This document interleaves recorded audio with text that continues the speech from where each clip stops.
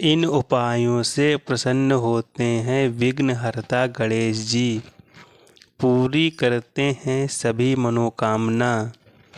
अपनी मनोकामना पूरा करने के लिए गणेश जी को कैसे प्रसन्न किया जाए, इस बारे में पंडित भानु प्रताप नारायण मिश्र जी से जाने। हिंदी, संस्कृत और किसी भी तरह की पूजा में भगवान श्री गणेश जी को सर्वश्रेष्ठ स्थान दिया गया है।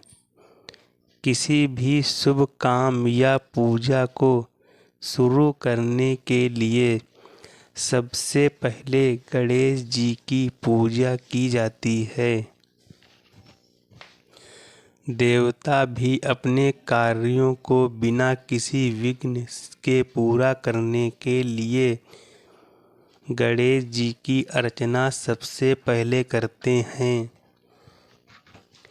मान्यता के अनुसार गणेश जी की पूजा न केवल आपको कार्यों में आ रही अड़चनों की हटाती है, बल्कि आपकी हर मनोकामना को भी पूरा करती है। हम सभी के मन में कई सारी इच्छाएं होती हैं। इनमें से कुछ पूरी हो जाती हैं, जबकि कुछ अधूरी ही रह जाती हैं। ऐसे में अपनी अधूरी इच्छा को पूरा करने के लिए आप गणेश जी के चरणों में जा सकती हैं। जी हाँ, विघ्नहर्ता गणेश जी को हमारे भाग विधाता भी हैं। इसलिए अगर आपको कोई ख्वाहिश अधूरी है और उसे पूरा करना चाहती हैं, तो गणेश जी आपकी हेल्प कर सकते हैं। अपनी मनोकामना को पूरा करने के लिए गणेश जी को कैसे प्रसन्न किया जाए, यह जानने के लिए हर जिंदगी ने पंडित जी ने बात की, तब उन्होंने हमें विस्तार से इस बारे में बताया। आइए आप भी हमारे साथ विघ्नहर्ता गणेश जी को प्रसन्न करने के टिप्स के बारे में जानें।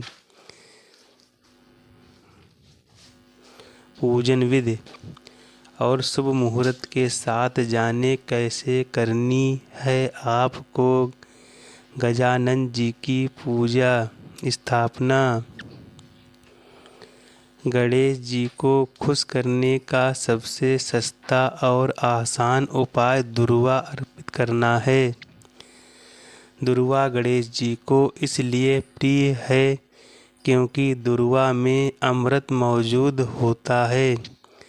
गणपति अथर्वशीर्ष में कहा गया है कि जो व्यक्ति गणेश जी की पूजा में दुर्वांकुर से करता है, वो कुबेर के समान हो जाता है। गणेश जी को कम से कम 21 दुर्वा, 2 शमी और 2 बेलपत्र चढ़ाया जाता है। तुलसी जी गणेश जी को नहीं चढ़ाई जाती हैं। माँ बाप की सेवा। पंडित भानु प्रताप नारायण मिश्र जी का कहना है कि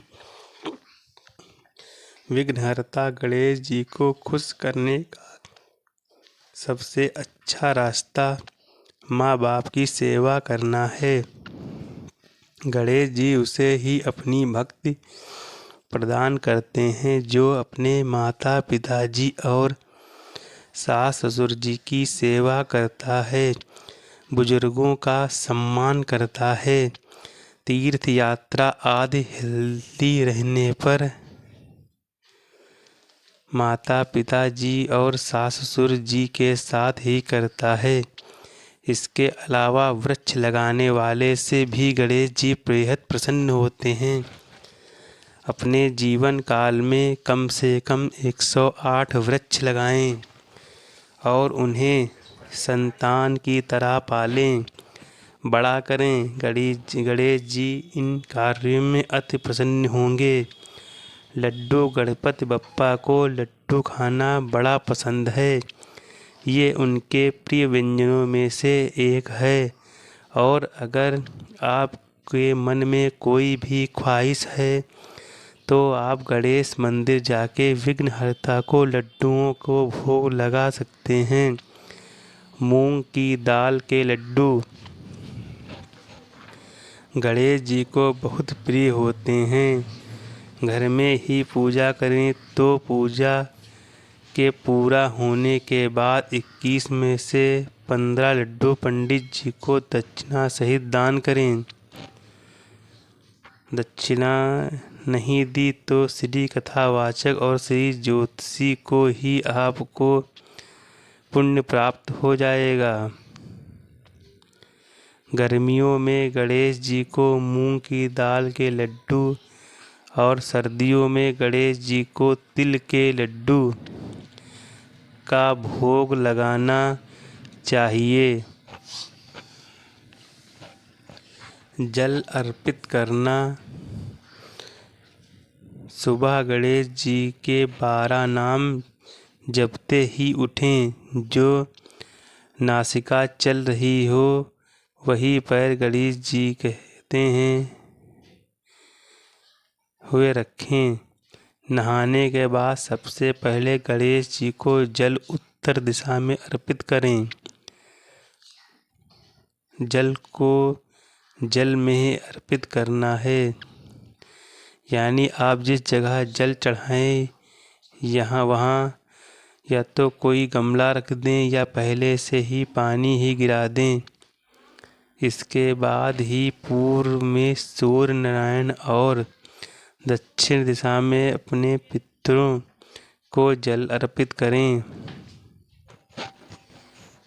इसे जरूर पढ़ें। गणेश चतुर्थी के दिन यह होती है। फल। अगर आपके पास पैसा धन है तो रोज गणेश जी को कोई ना कोई फल जरूर खिलाएं और पूजा करके उसे तुरंत खा जाएं। इसे खाना नहीं है।